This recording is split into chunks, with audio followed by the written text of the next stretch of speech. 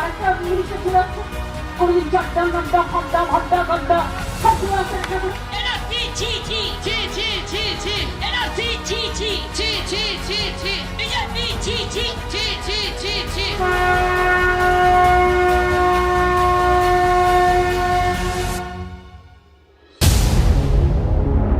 1993 में बंगाल के नदिया जिले का गांव फुलिया सुर्खियों में था। एक गूंगी बहरी लड़की के दुष्कर्म की खबरें अखबारों में आ रही थी।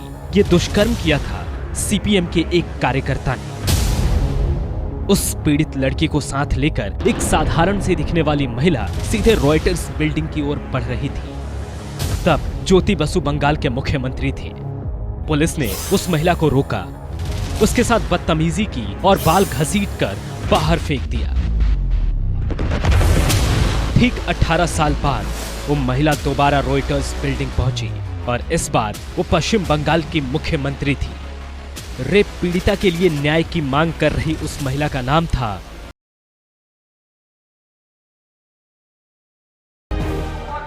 শ্রদ্ধা ও নিষ্ঠা পোষণ করিব।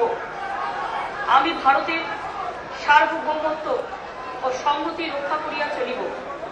পশ্চিমবঙ্গ রাজ্যের মুখ্যমন্ত্রী রূপে আমার কর্তব্য সমূহ শ্রদ্ধাপূর্বক এবং শুদ্ধান্তকরণে নির্বাহ করিব।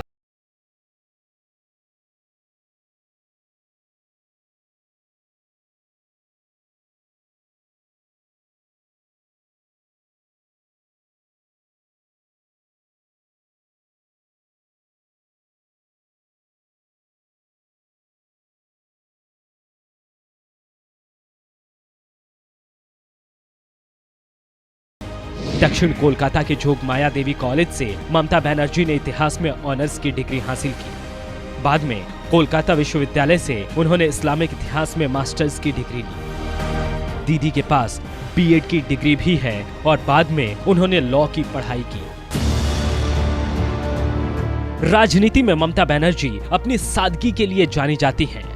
परंपरागत बंगाली सूती साड़ी, ना आभूषण, ना कोई श्रृंगार और पैरों में सिर्फ हवाई चप्पल, यही दीदी की पहचान बन गई। जिस सादगी से ममता जीती हैं, उससे कहीं ज्यादा उन्हें रंगों से प्यार है। ममता बनर्जी एक पेंटर होने के साथ साथ कविता भी लिखती हैं। बारिश के दिनों में आज भी उनका पुश्तैनी घर तालाब सा बन जाता है। ममता की सादगी से प्रभावित दिवंगत प्रधानमंत्री अटल बिहारी वाजपेयी एक बार उनका पुश्तैनी घर देखने गए थे।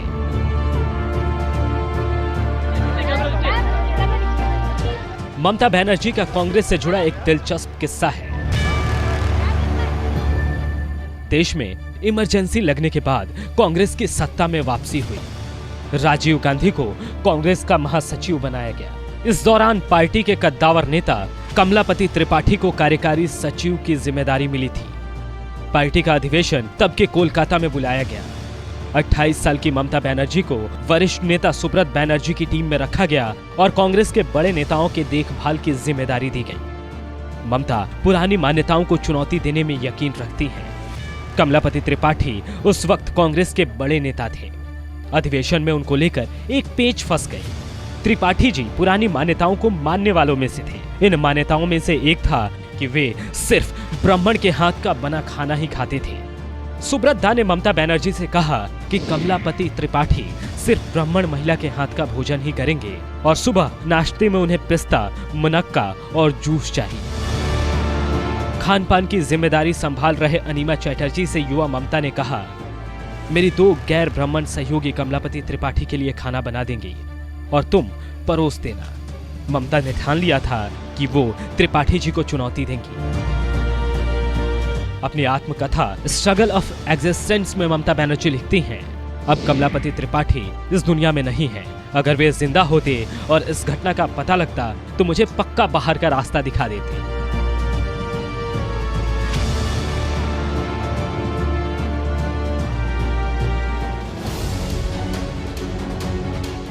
शुरुआत से ही अपने तीखे तेवरों के लिए जाने जाने वाली ममता बनर्जी की राजनीति उथल पुथल वाली रही है।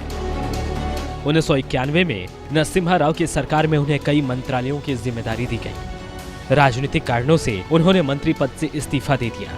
कांग्रेस पर सीपीएम की कठपुतली होने का आरोप लगाते हुए कांग्रेस से अलग होकर भारतीय तृणमूल कांग्रेस नाम की पार्टी बनाई। 1998 के लोकसभा चुनाव में टीएमसी ने 8 सीटों पर जीत हासिल कर बता दिया कि बंगाल की सियासत में ममता के खूबसूरत सफर की शुरुआत हो चुकी है। इस बीच उनका और एनडीए का साथ बनता बिगड़ता रहा। उनकी राजनीति से अब तक ये साफ हो गया था कि उनकी दिलचस्पी बंगाल की राजनीति में सबसे ज्यादा है।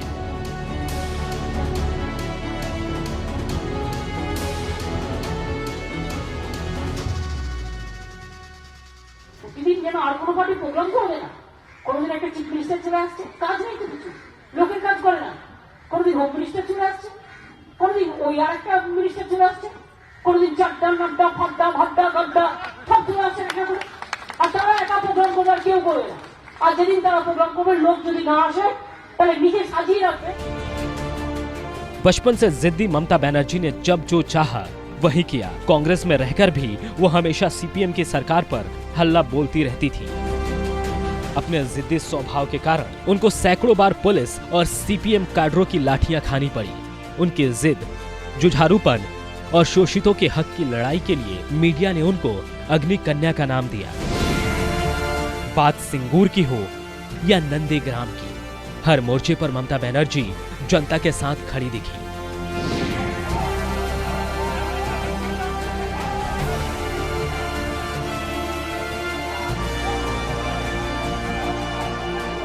– 2004 के लोकसभा चुनाव में टीएमसी को 1 सीट हासिल हुई और 7 साल बाद ममता बनर्जी पश्चिम बंगाल की मुख्यमंत्री थी।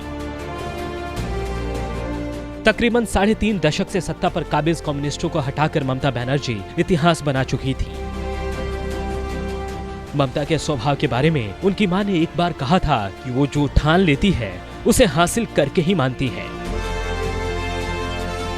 राजनीति में रहते हुए ममता विवादित भी रही। कभी रेल बजट में बंगाल की झोली भरकर मैंने एक इज्जत से जाने के लिए हमारा गरीब लोगों के लिए एक इज्जत टिकट बनाया था। ओनली 25 रुपया में 100 kilometre they can travel. Madam, this house will be happy to know more than 4 lakh people, 4 लाखों का ज्यादा करीब पीपल है जो हमारा बीपीएल में है, जो हमारा गरीब है उसको हम रेल में 25 रुपया में उसको हम रेलवे में 100 किलोमीटर सफर करने के लिए मांस भर उसको हम मदद करते हैं। तो कभी सीबीआई को कठपुतली बोलकर,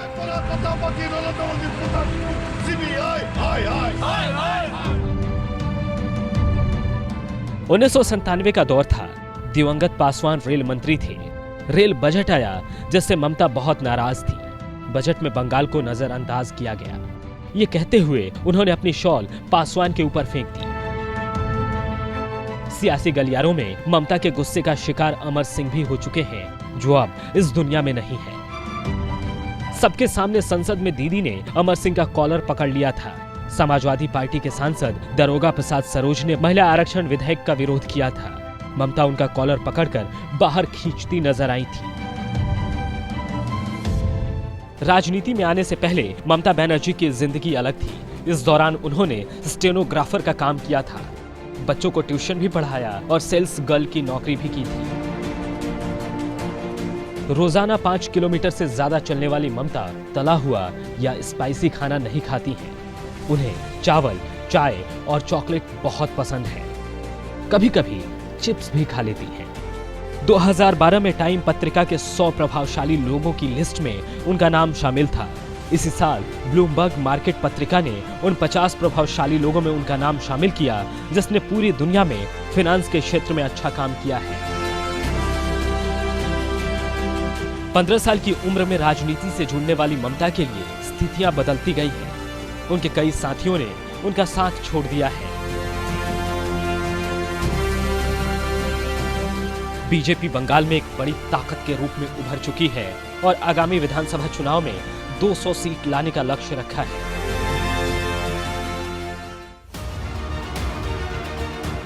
जिस वामपंथी सरकार को ममता ने सत्ता से हटाया था, अब उन पर वैसे ही काम करने के आरोप लग रहे हैं। विपक्षी उन्हें तानाशाह की संज्ञा देने लगे हैं। कई बार केंद्र की मोदी सरकार से उनका सीधा टकराव हो चुका है। देश देख रहा है और इसका जवाब मार्च में होने वाले विधानसभा चुनाव में बंगाल की जनता देगी। एक एक ईंट, एक एक पत्थर ये तृणमूल कांग्रेस और ममता बनर्जी के हट की जो सरकार है, जो जिद की सरकार है, अहंकार की सरकार है, उसके ताबूत में आखिरी कील साबित होगी। भाजपा आज बंगाल में टीएमसी को सीधे टक्कर दे रही है।